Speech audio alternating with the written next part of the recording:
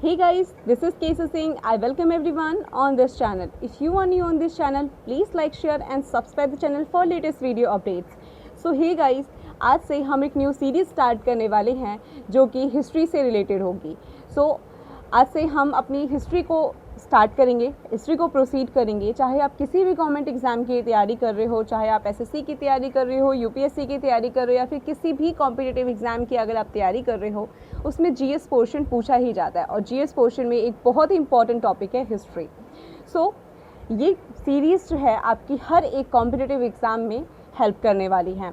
And जो classes होंगी वो बाइलिंगुअल होंगी, यानी कि मैं आपको हिंदी और इंग्लिश दोनों में समझाऊंगी एंड लेकिन जो कंटेंट होगा वो इंग्लिश में ही होगा.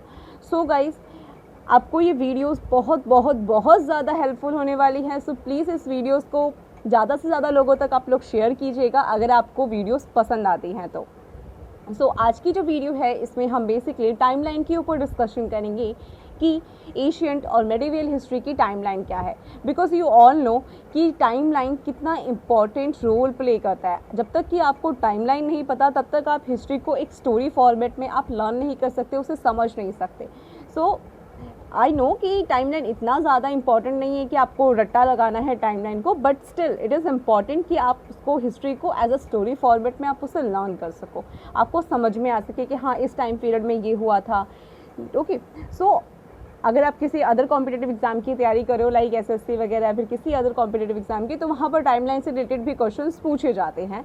लेकिन अगर आप यूपीएससी की तैयारी कर रहे हो तो वहाँ पर ये टाइमलाइन से रिलेटेड क्वेश्चन डायरेक्टली एक पर्टिकुलर टाइम दे करके, डेट दे करके आपसे नहीं पूछा जाता, but still it is required, right. Let's start the video.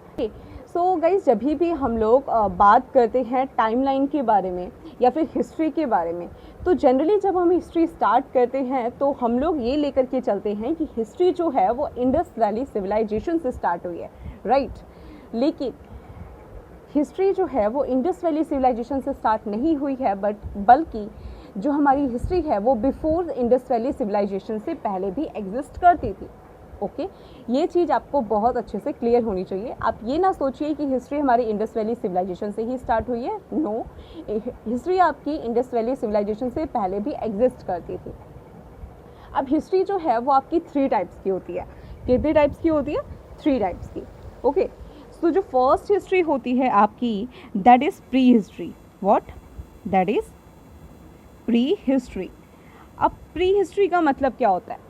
Pre history का मतलब होता है कि आपके पास कोई भी रिटन एविडेंस नहीं है उस टाइम के.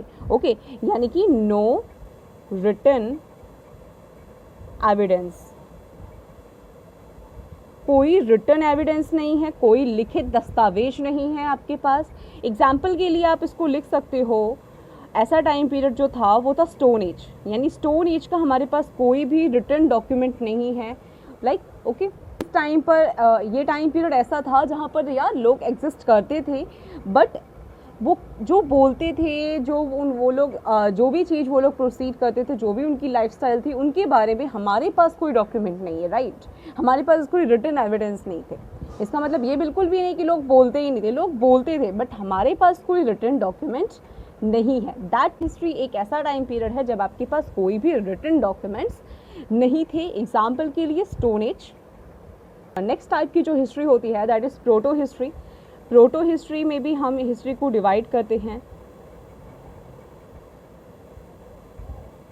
प्रोटो हिस्ट्री उस टाइम पीरियड को हम कहते हैं जहां पर हमारे पास रिटन एविडेंस थे. ओके, यानी कि आपके पास रिटन एविडेंस हैं but you are not able to decipher it, यानी कि आप उसको समझ नहीं पा रहे हो. ओके, यानी कि आपके पास रिटन एविडेंस तो अवेलेबल हैं लेकिन you are not able to decipher it, you are not able to read it. Okay, आप उस डॉक्यूमेंट को पढ़ नहीं पा रहे हो, आप उस डॉक्यूमेंट को समझ नहीं पा रहे हो कि वो किस लैंग्वेज में लिखे गए हैं, वो क्या लिखे गए हैं. That time period is called proto history. Okay, example के लिए आप हमारा ले सकते हो IVC यानी Indus valley civilization. Indus valley civilization के जो डॉक्यूमेंट्स हैं, जो एविडेंस हैं, वो हमारे पास एग्जिस्ट करते हैं but still we are not able to decipher it. यानी ओके, हम अभी तक उसको समझ नहीं पाए हैं, उसको अभी तक हम उसे डेसिफर नहीं कर पाए हैं. ओके, नेक्स्ट जो थर्ड टाइप की हिस्ट्री है दैट इज़ हिस्ट्री, जिसे हम नॉर्मली हिस्ट्री कहते हैं. ओके, जैसे हम अभी पढ़ रहे होते हैं, तो that history is called history, उसको हम हिस्ट्री ही बोलते हैं। यानी कि हिस्ट्री ये वो टाइम पीरियड है जो ये मतलब बेसिकली टुडेज आज के टाइम को हम हिस्ट्री कह रहे हैं। यहाँ पर मतलब है आपका हिस्ट्री से कि आपके पास एविडेंस भी हैं और आप उसको डिसिफर भी कर पा रहे हो, यानी कि आपके पास रिटन डॉक्यूमेंट भी हैं और आप उसे पढ़ पा रहे हो, उसे समझ पा रहे हो। ओके, यानी कि you have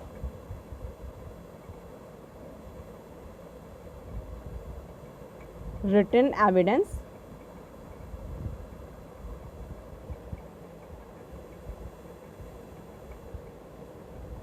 and you are able to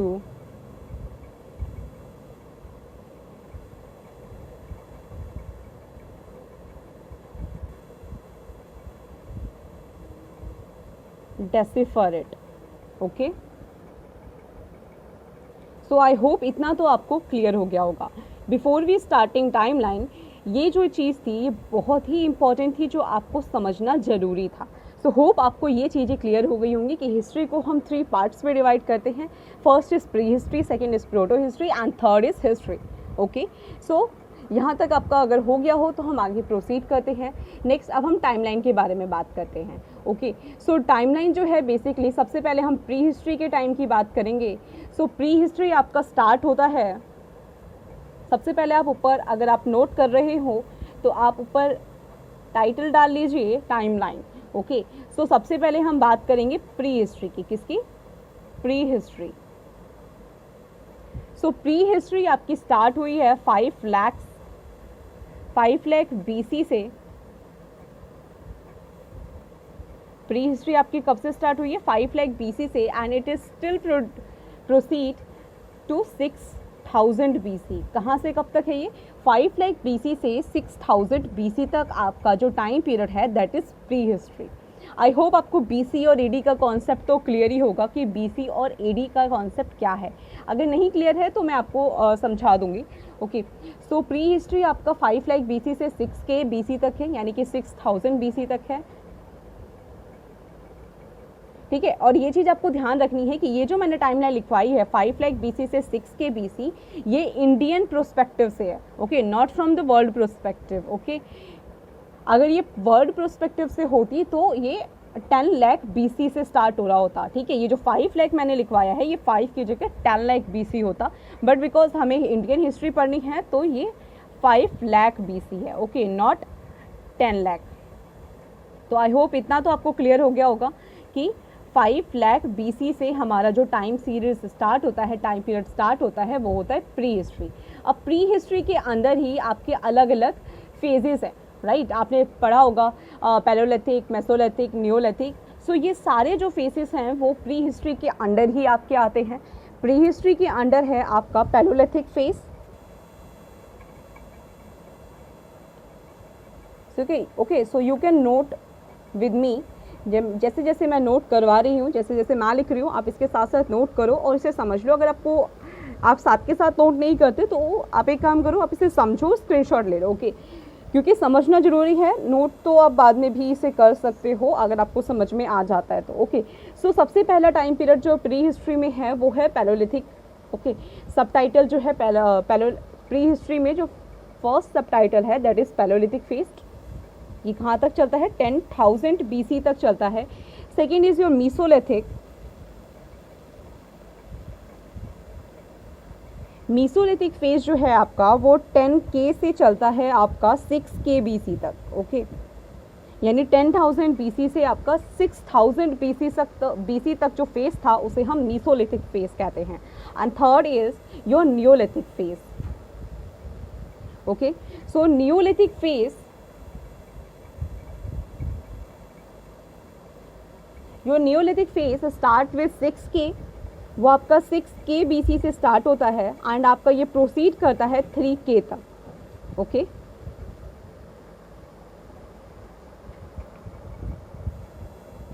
six के से स्टार्ट करके ये 3K BC तक है आपका।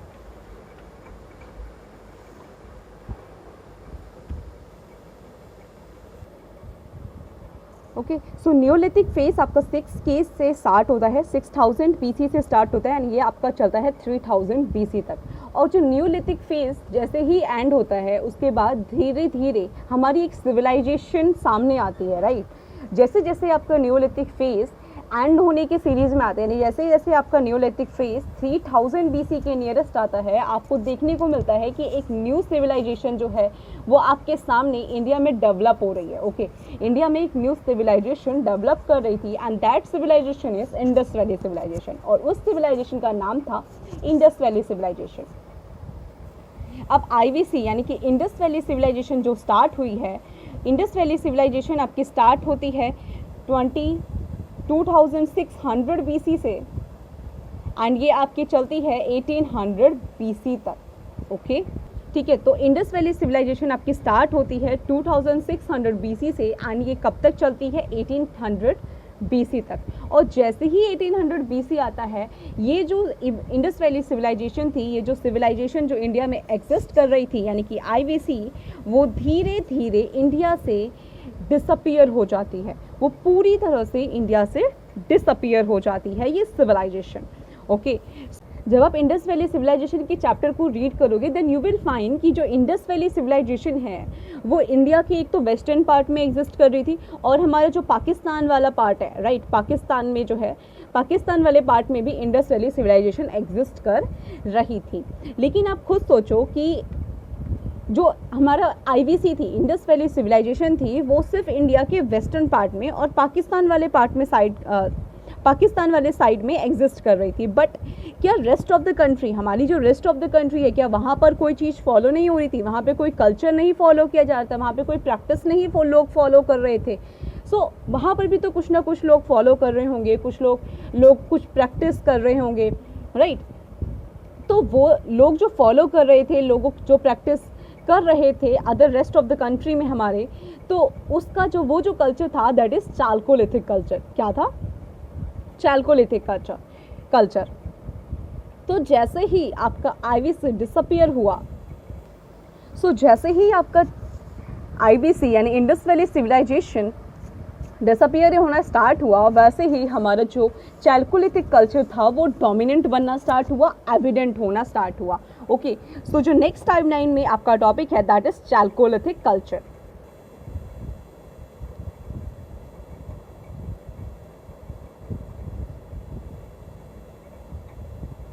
ओके, चाल्कोलिथिक कल्चर था, उसका जो टाइमलाइन थी 1800 BC say that is 1500 BC। Okay, अब क्या हुआ कि जैसे ही 1500 BC आया, एक बहुत ही इम्पॉर्टेंट इवेंट जो था वो इंडिया में हुआ। ओके, एक बहुत ही इम्पॉर्टेंट इवेंट इंडिया में हुआ and that important event which was actually change the discourse of Indian history. वो जो इवेंट था वो इतना ज़्यादा इम्पॉर्टेंट था कि जिसने इंडियन हिस्ट्री का पूरा डिस्कोर्स ही चेंज कर दिया and that event was Aryan invasion. Okay, वो जो इवेंट था वो क्या था? आर्यंस का invasion. In the next part of the timeline is Aryan invasion. तो हमारा जो नेक्स्ट पार्ट है टाइम लाइन का वो है आर्यन इन्वेजन।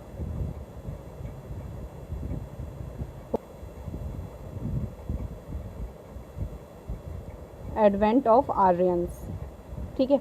आर्यंस का एडवेंट कब हुआ? हमारा 1500 BC में।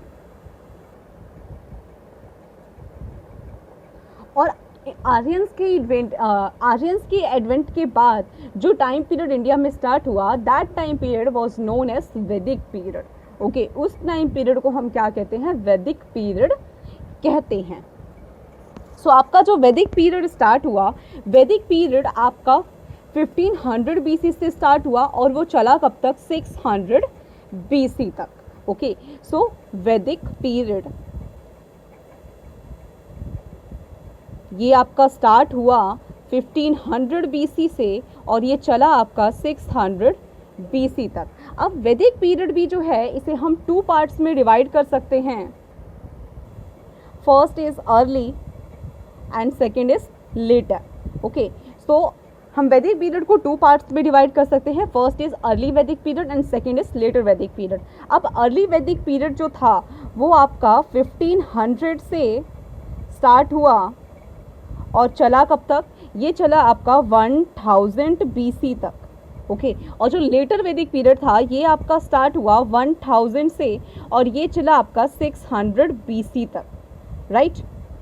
तो यहाँ तक आपको ये चीज़ें क्लियर हो गई होंगी वैदिक पीरियड तक। नेक्स्ट, अब 600 BC से लेकर के 500 BC तक, ओके, 600 BC से 500 BC तक बहुत सारी चीज़ें हो रही थी। क्या हो रही थी? बहुत सारी चीज़ें जो थी वो इंडिया में हो रही थी। उनमें से कुछ इंपॉर्टेंट जो चीज़ें थी वो थी राइज ऑफ रिलीजियस मूवमेंट। अब अलग अलग रिलीजियस मूवमेंट्स होना स्टार्ट होने लग गए थे एंड उस टाइम पे दो रिलीजन जो थे वो बहुत ज़्यादा इम्पॉर्टेंट कंसोलिडेट हुए, ओके। सो एंड कंसोलिडेट हुए एंड फॉर्मलाइज भी हुए थे वो लोग, ठीक है, जिसको कि आप सभी बहुत अच्छे से जानते हो, that is Buddhism and Jainism, ठीक है। तो मतलब रिलीजियस प्रैक्टिसेस हो तो बहुत सारी रही थी, रिलीजियस मूवमेंट्स हो तो बहुत सारे रहे थे, लेकिन जो दो इम्पॉर्टेंट जो थे और जो दो बहुत ज़्यादा कंसोलिडेट हुए और फॉर्मलाइज हुए हैं, that is Buddhism and Jainism. यानी कि आप यहाँ पे लिख सकते हो कि rise of religious movement in 6th century BC।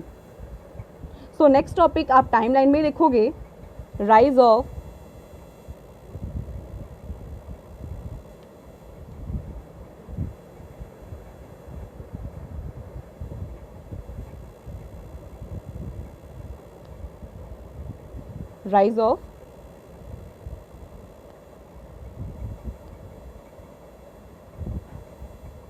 religious movement in 6th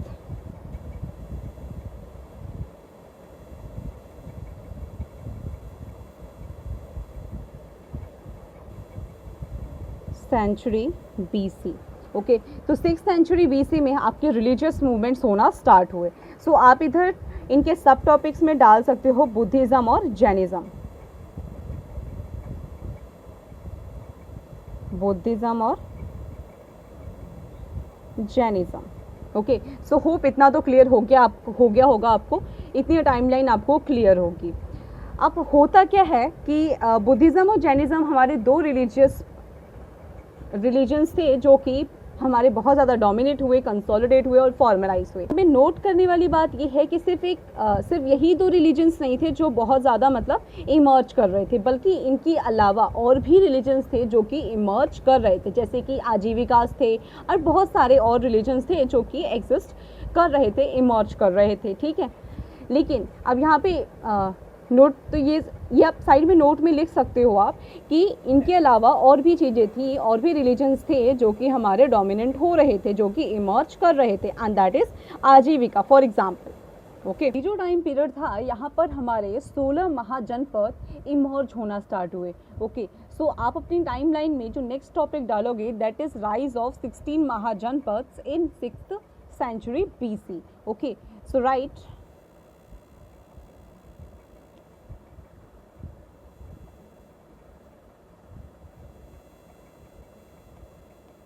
rise of 16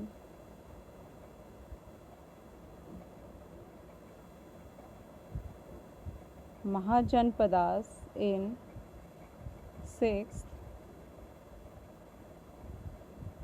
century BC, okay. अब यहाँ से बहुत ही फॉर्मल हिस्ट्री जो है वो स्टार्ट होने वाली है, वो इसीलिए क्योंकि अब यहाँ से जो आपको हिस्ट्री देखने को मिलेगी उसमें आपको बहुत सारे किंग्स, उनकी डायनेस्टीज, मतलब ये सब कुछ देखने को मिलेगा, ओके। सो अब यहाँ नोट करने वाली बात ये है, आपको ये चीज़ ध्यान में रखनी है कि जो 16 महाजनपद जो थे ये 16 सेंटर्स थे। क्या थे? 16 सेंटर्स थे जो इमर्ज किए, और वो सिर्फ इंडिया में ही नहीं थे, ये इंडियन सब कॉन्टिनेंट में थे, जिसमें कि हमारा पाकिस्तान और ईस्टर्न पार्ट भी आता है। अब यहाँ एक महाजनपद जो था वो स्लोली बहुत ज़्यादा पावरफुल बना, एंड वो स्लोली उसने धीरे धीरे उसने क्या किया कि उसने जितने भी बाकी अदर महाजनपद थे उनको अनेक्स्ट कर लिया, ठीक है। और जिस महाजनपद की मैं बात कर रही हूँ जो बहुत ज़्यादा पावरफुल बना, दैट इज़ मगध, ओके। जो मगध महाजनपद था वो बहुत ज़्यादा धीरे धीरे पावरफुल होने लगा।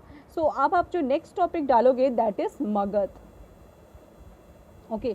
सो मगध में मैं आपको रूलिंग डायनेस्टीज़ के बारे में भी बताऊंगी कि मगध में कौन कौन सी रूलिंग डायनेस्टीज़ थी, राइट। सबसे पहले आप लिखो मगध, मगध महाजनपद। ओके, अब मगध महाजनपद में जो रूलिंग डायनेस्टी थी आपकी,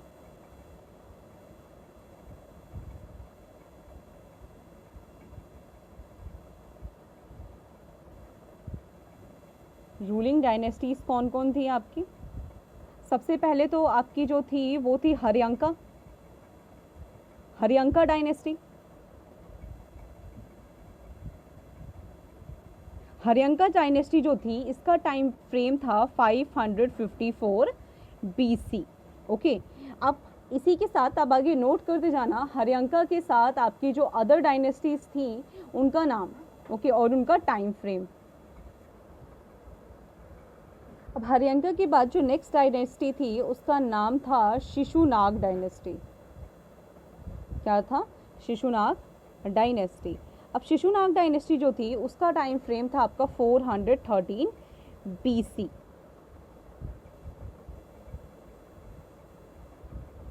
शिशुनाग के बाद जो आपकी नेक्स्ट डायनेस्टी आई उसका नाम था आपका नंदा डायनेस्टी। नेक्स्ट डायनेस्टी है that is Nanda dynasty. Okay, और जो नंदा डायनेस्टी है इसका टाइम फ्रेम है आपका 344 BC, दैट इज 344 BC। ठीक है, तो इतना तो आपको क्लियर हो ही गया होगा। And now after Magadh dynasty अब जो अराइवल होता है वो एक बहुत ही स्ट्रॉन्ग डायनेस्टी का अराइवल होता है जिसने की पूरी हिस्ट्री ही चेंज कर दी इंडिया की, and that was Maurya dynasty. आपने नाम तो सुना ही होगा, मौर्य डायनेस्टी जो है उसने पूरी हिस्ट्री ही चेंज कर दी थी इंडिया की, और वो एक बहुत ही ज़्यादा स्ट्रॉन्ग डायनेस्टी थी। ओके, सो मौर्य डायनेस्टी का जो अराइवल होता है वो आता है आपका 321 BC में। ओके, सो नेक्स्ट टाइमलाइन जो आप डालोगे that is Maurya dynasty. Okay, so next is your Maurya dynasty. इसका टाइम फ्रेम है 321 BC।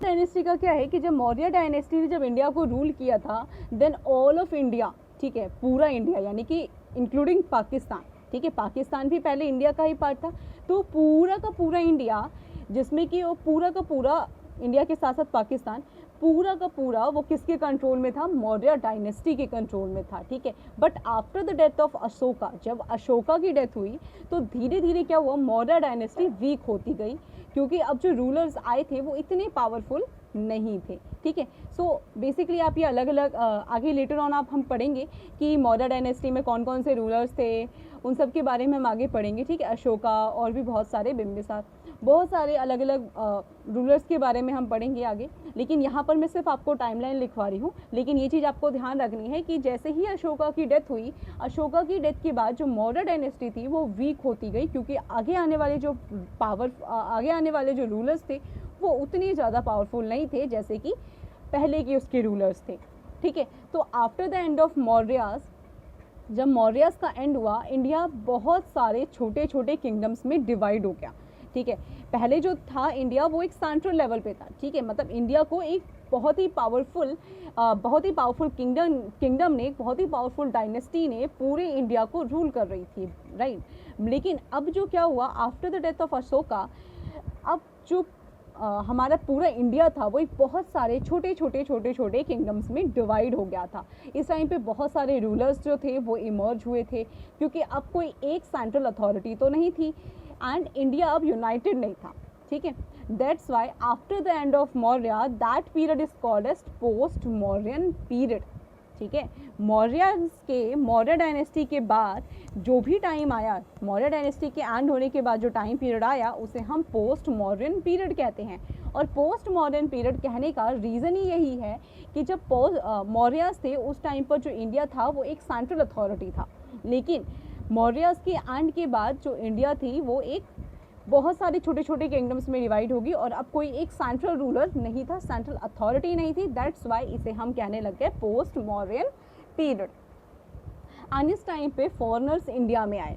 ठीक है, ये जो टाइम था इस टाइम पे बहुत सारे फॉरेनर्स इंडिया में आए, लाइक सेंट्रल एशियंस आए, इंडो ग्रीक्स आए एंड सो मैनी, बहुत सारे फॉरेनर्स आपके इंडिया में आए।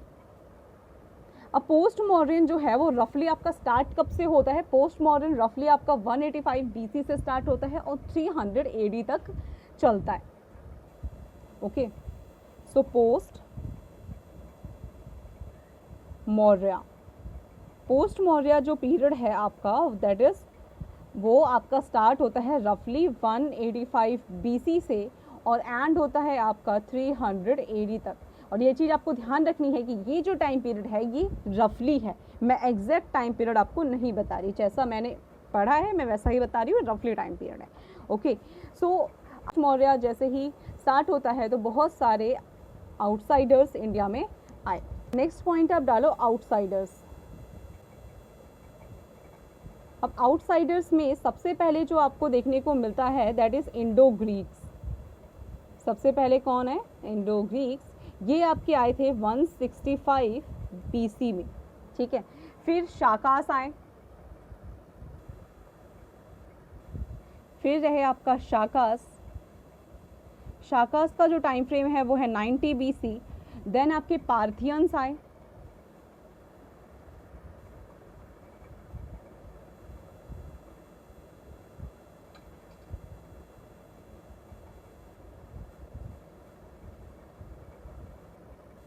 उसके बाद आए थे आपके पार्थियंस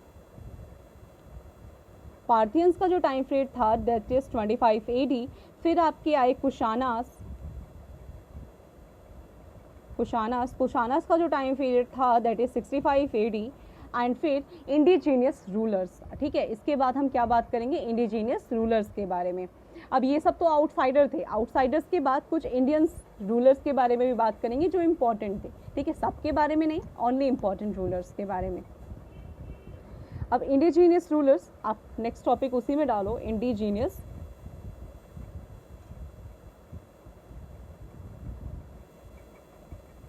रूलर्स, ठीक है। अब इंडिजीनियस रूलर्स में सबसे पहले आपकी Shunga dynasty. Okay, Shunga dynasty आपकी स्टार्ट हुई थी 185 BC में। देखने को मिलेगा आपको कि ये जो पोस्ट मौर्य टाइम पीरियड था ये जब स्टार्ट हुआ 185 BC में, तो ये स्टार्ट शुंगा डायनेस्टी की वजह से हुआ था, क्योंकि जो शुंगास थे उन्होंने ही पोस्ट मौर्यास मतलब मौर्यास को ख़त्म किया था, ठीक है। तो उनके डिक्लाइन के पीछे शुंगास का हाथ था। सो शुंगास के बाद जो नेक्स्ट डायनेस्टी आती है that is Kanva dynasty. Okay, next is Kanva dynasty. Kanva dynasty का जो टाइम पीरियड था दैट इज 75 BC।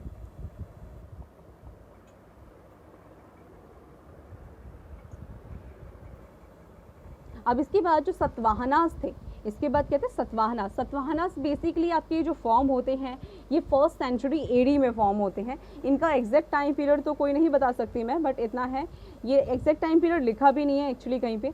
सो इनका जो टाइम पीरियड रफली बोला जाता है that is 1st century AD। तो आप डाल सकते हो Satavahanas 1st century AD। Okay, सो सतवाहनास जो थे वो 1st सेंचुरी AD में थे। यहाँ एग्जैक्ट डेट इसलिए मेंशन नहीं की है क्योंकि इनके जो एविडेंस मिले हैं वो सिर्फ हमें क्या है हिंदू पुराना से मिले। किससे मिले? हिंदू पुराना से मिले। And they are not mythological text, ठीक है। सो हिंदूज पुराना से हमें सतवाहनास के एविडेंस मिलते हैं, अदरवाइज हमें और कहीं से इनके एविडेंस नहीं मिलते हैं। और क्योंकि जो पुरानास है हिंदू पुरानास वो कोई माइथोलॉजिकल टेक्स्ट नहीं है।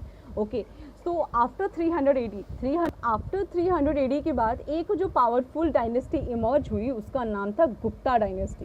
क्या नाम था? Gupta dynasty. And Gupta dynasty जो थी मतलब लगभग मोर देन 65% इंडिया पे इंडियन सब कॉन्टिनेंट लैंड पर वो क्या कर रही थी? रूल कर रही थी, ठीक है। तो कम से कम मतलब 65% से ज़्यादा लैंड पर वो इंडियन सब कॉन्टिनेंट के वो रूल कर रही थी, एक्सेप्ट साउथ इंडिया, ठीक है। इंडिया का जो साउथ पार्ट है उसको वो रूल नहीं कर रही थी, वो रह रहा था, ठीक है। सो नेक्स्ट जो टाइम पीरियड में आप डालोगे टाइटल दैट इज वो क्या है आपका? Gupta dynasty. Okay, so next is Gupta dynasty. तो गुप्ता डायनेस्टी आपकी जो स्टार्ट हुई है इसके ओरिजिन को हम कह सकते हैं कि ये हमारी स्टार्ट हुई 230 AD में।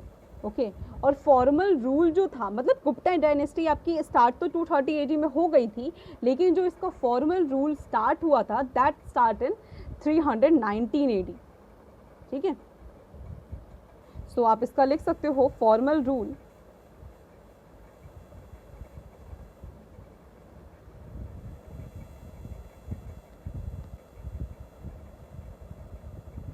फॉर्मल रूल कब से है इसका, 319 AD में। और ये एंड कब होता है आपका, ये एंड होता है आपका 550 AD में, यानी कि 550 AD में ये आपका एंड हो जाता है। अब है साउथ इंडियन रूलर्स। ठीक है, ये तो थे हमारे नॉर्थ के पार्ट या फिर रेस्ट ऑफ द कंट्री के पार्ट। अब हम बात करते हैं साउथ के बारे में कि साउथ में क्या हो रहा था उस टाइम पे। ठीक है, सो साउथ में उस टाइम पर जो एज चल रहा था दैट इज संगम एज। कौन सा एज चल रहा था, संगम एज। संगम एज बेसिकली आपका फर्स्ट सेंचुरी एडी से ही स्टार्ट हुआ। फर्स्ट सेंचुरी एडी से ही हम संगम एज के ओरिजिन की बात करते हैं। तो आप इसमें टॉपिक डाल सकते हो साउथ इंडियन रूलर्स।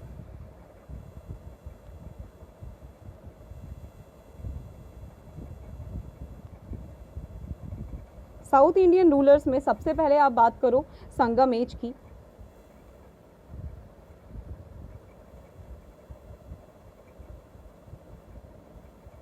संगम एज मैंने आपको बताया ये स्टार्ट हुआ आपका फर्स्ट सेंचुरी एडी में। एंड संगम एज में आपके कौन कौन से, जो चोलास थे, चेरास थे और पांड्यास थे। अब ध्यान रखने वाली बात ये है कि जो चोलास थे इन्हें हम अर्ली चोलास कहेंगे। क्या कहेंगे, अर्ली चोलास, क्योंकि लेटर ऑन आपको एक और बार आपको चोलास सुनने को मिलेगा, वो उनको हम कहते हैं लेटर चोलास। ठीक है, तो सबसे पहले जो आपको संगम एज में देखने को मिलता है दैट इज चोला, चेरास और पांड्यास। नेक्स्ट, सबसे पहले जो फर्स्ट था वो थे द चोलास।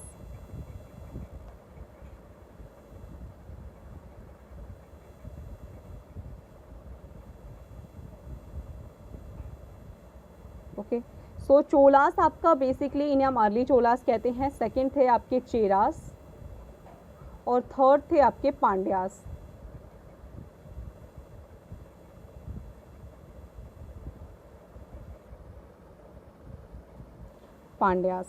हम यहाँ से ये कह सकते हैं कि जो साउथ इंडियन रूलर्स थे वो क्या थे, एक तरह से कंटेम्प्रेरी थे गुप्तास के। So after the end of Guptas, जब गुप्तास का एंड होता है there was a vacuum of 50 years. ठीक है, 50 ईयर्स तक एक वैक्यूम आ गया था, यानी कि वैक्यूम का मतलब हुआ कि 50 सालों तक खाली रहा। ओके, 50 ईयर्स तक नॉर्थ इंडिया में एक वैक्यूम बना रहा। एंड 600 AD में एक न्यू डायनेस्टी जो थी वो इमर्ज हुई, जिसका नाम था पुष्यभूति डायनेस्टी। क्या नाम था उसका, Pushyabhuti dynasty. That is Pushyabhuti dynasty. And Pushyabhuti dynasty उस टाइम पे 600 AD के बाद after 50 years of vacuum north India में जो डायनेस्टी अपीयर हुई that is Pushyabhuti dynasty. On that time पर क्या होता है कि साउथ इंडिया में जो हमारे चोलास थी, चोला डायनेस्टी जो थी वो डिसअपियर हो जाती है। एंड उसकी जगह पर एट द प्लेस ऑफ चोला दो नई डायनेस्टीज अपीयर होती हैं। ठीक है, चोला की जगह पर आपकी दो न्यू डायनेस्टीज अपीयर होती हैं। Eight the place of Cholas 2 new dynasties will appear, one was Pallava and second was Chalukya. ठीक है, तो एक जो इमर्ज होती है उसका नाम होता है पल्लवा और जो सेकेंड इमर्ज होती है उसका नाम होता है Chalukya. And both of them emerges in 600 AD, और दोनों के दोनों कहाँ इमर्ज होते हैं, 600 AD में ही इमर्ज होते हैं। And they were the contemporary of Pushyabhuti. ठीक है, तो वो दोनों जो डायनेस्टी थी वो किसके कंटेम्प्रेरी थी, पुष्यभूति डायनेस्टी के कंटेम्प्रेरी थी। And Cheras and Pandyas were still there, और चेरास और पांड्यास जो थे वो अभी भी वहाँ पर एग्जिस्ट कर रहे थे। ओके, सो आई थिंक इतना तो आपको क्लियर होगा कि वहाँ पर जो आपके चेरास और पांड्यास थे वो अभी भी एग्जिस्ट कर रहे थे। एंड जैसे ही मतलब in 647 AD, by 647 AD Harshavardhan died. ठीक है, हर्षवर्धन की डेथ हो जाती है and Pushyabhuti dynasty started to disappear. ठीक है, जैसे ही हर्षवर्धन की डेथ होती है जो आपकी पुष्यभूति डायनेस्टी होती है वो धीरे धीरे डिसअपियर हो जाती है by 700 AD। Pushyabhuti dynasty disappear from India. ठीक है, जैसे ही 700 एडी आता है आपकी जो पुष्यभूति डायनेस्टी है वो पूरी तरह से ख़त्म हो जाती है।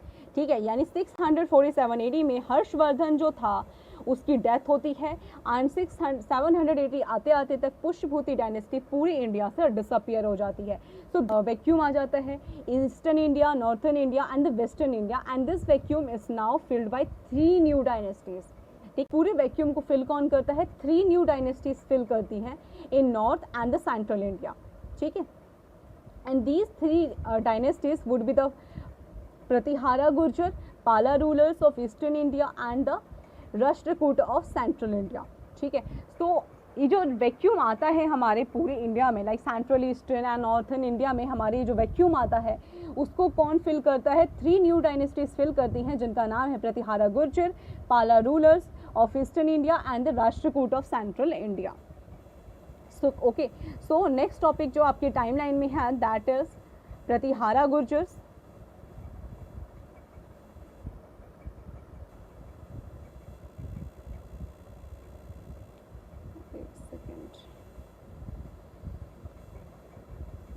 Right,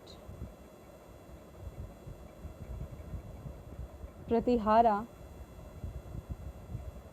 Gurjar of west India. ठीक है, वेस्ट में हमारे जो आते हैं वो कौन आते हैं? प्रतिहारा गुर्जर आते हैं दैट इज 75 एडी में आते हैं वो लोग। और फिर उसके बाद आपके आते हैं पाला रूलर्स, ये हमारे ईस्टर्न इंडिया के थे।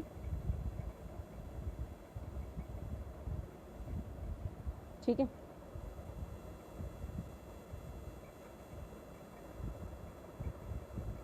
तो पाला रूलर्स जो आते हैं आपके ईस्टर्न इंडिया में वो भी आते हैं आपके 750 एडी में। एंड राष्ट्रकूट, इसके बाद आते हैं आपके राष्ट्रकूट ऑफ सेंट्रल इंडिया, वो भी आपके किस में आते हैं? 750 में ही आते हैं। ठीक है, Rashtrakuta of central India,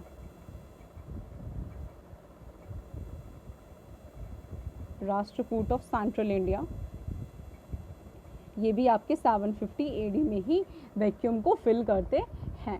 in south India at the place of Pallava dynasty. ठीक है, साउथ इंडिया में पल्लवा डायनेस्टी की जगह पे कौन आते हैं? मेन लाइन चोला डायनेस्टी आपकी अपीयर होती है 900 एडी में, and they will be there till the arrival of Islamic rule in India.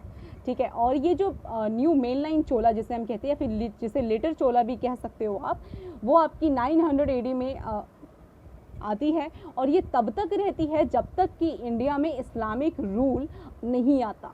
ठीक है, and slowly they will defeat the Chalukyas, और धीरे धीरे वो लोग क्या करते हैं? चालुक्यास को डिफीट कर देते हैं, चेरास को डिफीट कर देते हैं, और पांड्यास को डिफीट कर देते हैं also, and that would be the formal end of the Cheras and Pandyas. और वहाँ पर क्या होता है? चेरास और पांड्यास का फॉर्मली एंड हो जाता है, and Chalukyas will still survive.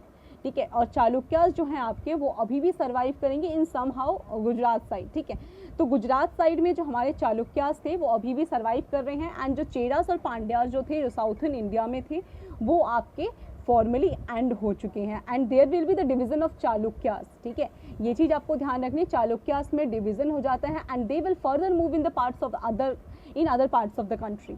ठीक है, और वो क्या होता है? डिवीज़न के बाद वो इंडिया के अलग अलग पार्ट्स में चल जाते हैं। And also but in the south India में क्या होता है? They are not going to survive only. क्या थे चालुक्यास साउथर्न इंडिया में सर्वाइव नहीं कर रहे होते, इंडिया के जो बाकी अदर पार्ट है अदर देन साउथ, वहाँ पर ये सर्वाइव कर रहे होते हैं, एंड जो साउथर्न इंडिया में जो सर्वाइव कर रहे होते हैं that is only main line Chola dynasty. ठीक है, साउथ इंडिया में जो आपकी डायनेस्टी सर्वाइव कर रही होती है that is main line Chola dynasty, and will rule in south India till the arrival of Islamic rule. और ये तब तक वहाँ पे रूल करती है जब तक कि इस्लामिक रूल नहीं आ जाता, and that is the end of Asian history. और वहाँ पर एशियन हिस्ट्री हमारी एंड हो जाती है। ठीक है, तो होप यहाँ तक तो आपको क्लियर हो गया होगा कि कैसे एशियंट हिस्ट्री में टाइमलाइन चल रही है। नेक्स्ट जो वीडियो होगी वो आपकी होगी on the topic of timeline of medieval history. Okay, so I hope आपको ये वीडियो बहुत बहुत बहुत ज़्यादा पसंद आई होगी और ये आपके लिए उतनी ही ज़्यादा हेल्पफुल होगी। ओके, सो अगर आपके लिए ये वीडियो बहुत ज़्यादा हेल्पफुल हुई है, आपको समझ में आया है, तो प्लीज़ इस वीडियो को ज़्यादा से ज़्यादा लोगों तक शेयर करें, and like this video. Please mention your feedback in comment section so that I can improve. मेरी राइटिंग वाइट बोर्ड पे कुछ ज़्यादा खास नहीं आ रही है, बहुत ही गंदी सी आ रही है, but I think it is manageable. You can manage it. And again, thank you so much for watching this video. Stay healthy, stay safe, and please mention your feedback in the comment section and share this video to more and more people and hit the like button.